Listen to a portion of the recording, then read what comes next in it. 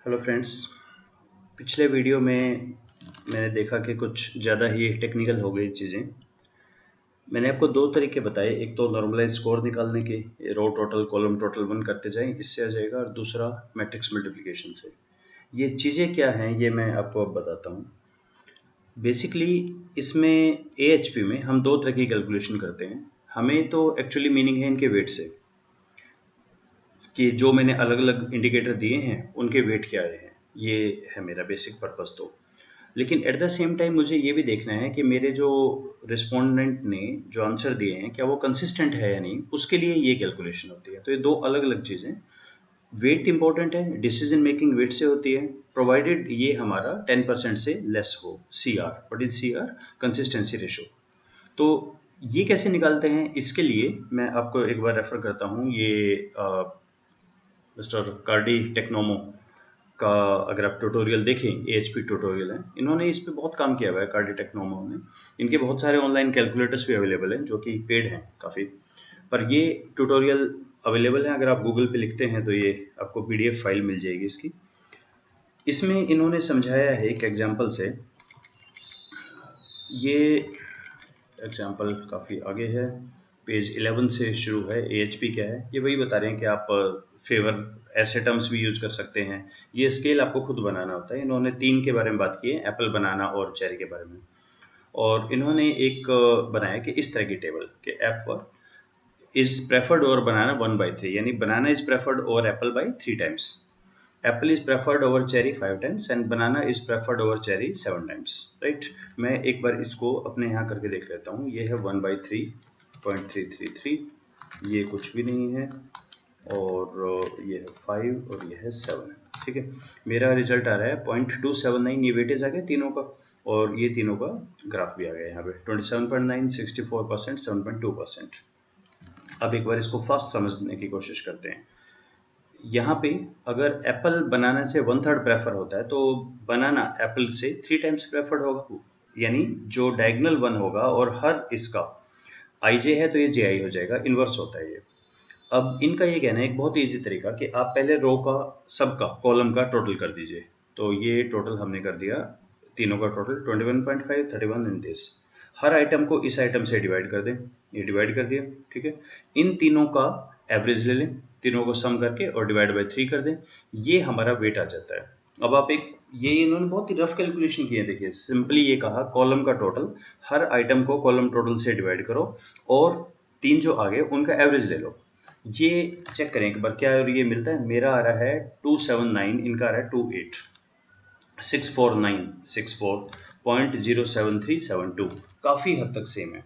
Only thing is अभी इसमें ये नहीं किया कि इनका रो टोटल 1 करके वो भी करें।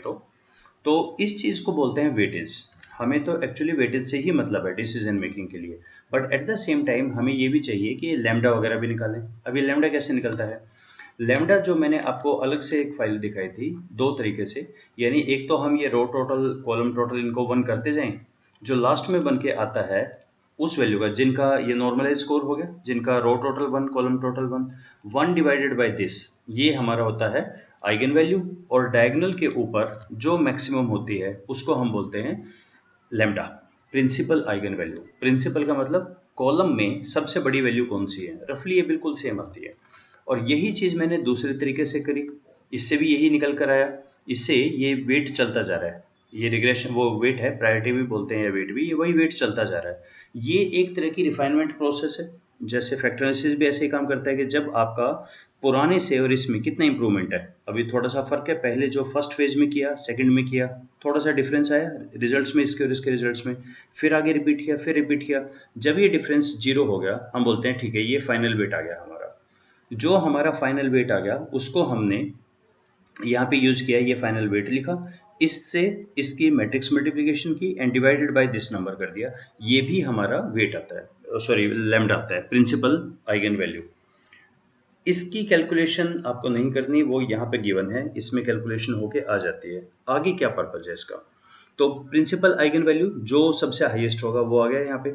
Now next point is an कितना है, 3 है हमारा, क्योंकि 3 थे यहाँ पे आइटम, हमने यहाँ पे 3 रखे हुए हैं तो ये आ गया। अच्छा, इसमें फाइल में आपको यहाँ 0 जरूर लिखना पड़ेगा, वरना ये प्रिंसिपल आइगन वैल्यू हट जाती है।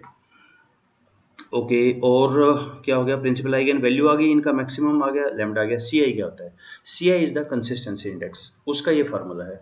लैम्डा जो मैक्सिमम है माइनस एन, तो देखिए यहाँ मैं, ये तो वैसे लॉक है file, 3.065 minus 3 divided by 3 minus 1 2, ये आ गया हमारा कंसिस्टेंसी इंडेक्स।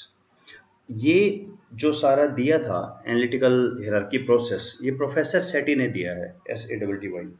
उन्होंने कहा कि अलग अलग बेस पे एक्सपेरिमेंट करके रेंडमली कंसिस्टेंसी इंडेक्स निकाले, एन जब 1 था, 2 था, 3 था, और ये एक टेबल उन्होंने दी है।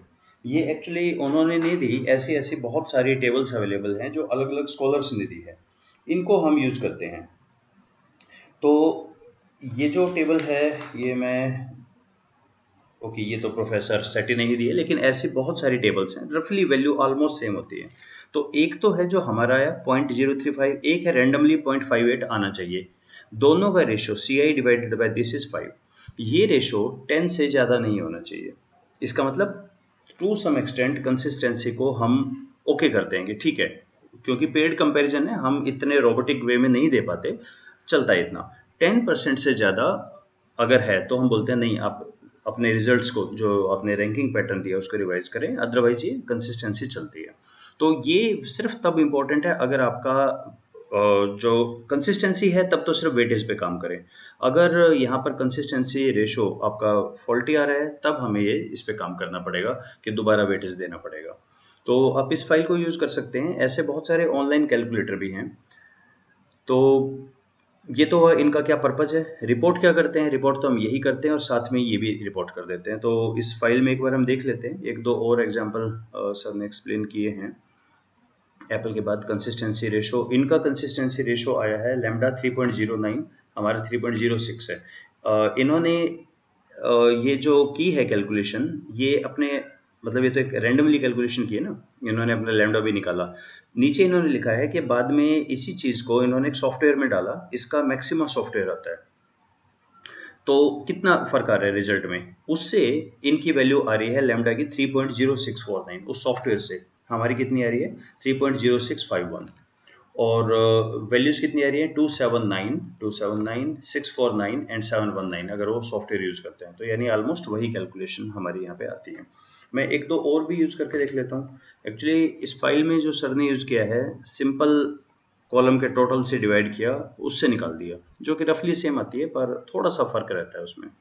देखो इसको एक यूज़ करके देख लेते हैं, 379, सो 379, इसका नाम रख दूँ कुछ भी, 379, नेक्स्ट है 5 और 7, सिर्फ अपर डायगोनल की वैल्यू देनी होती है हमें, और है 3।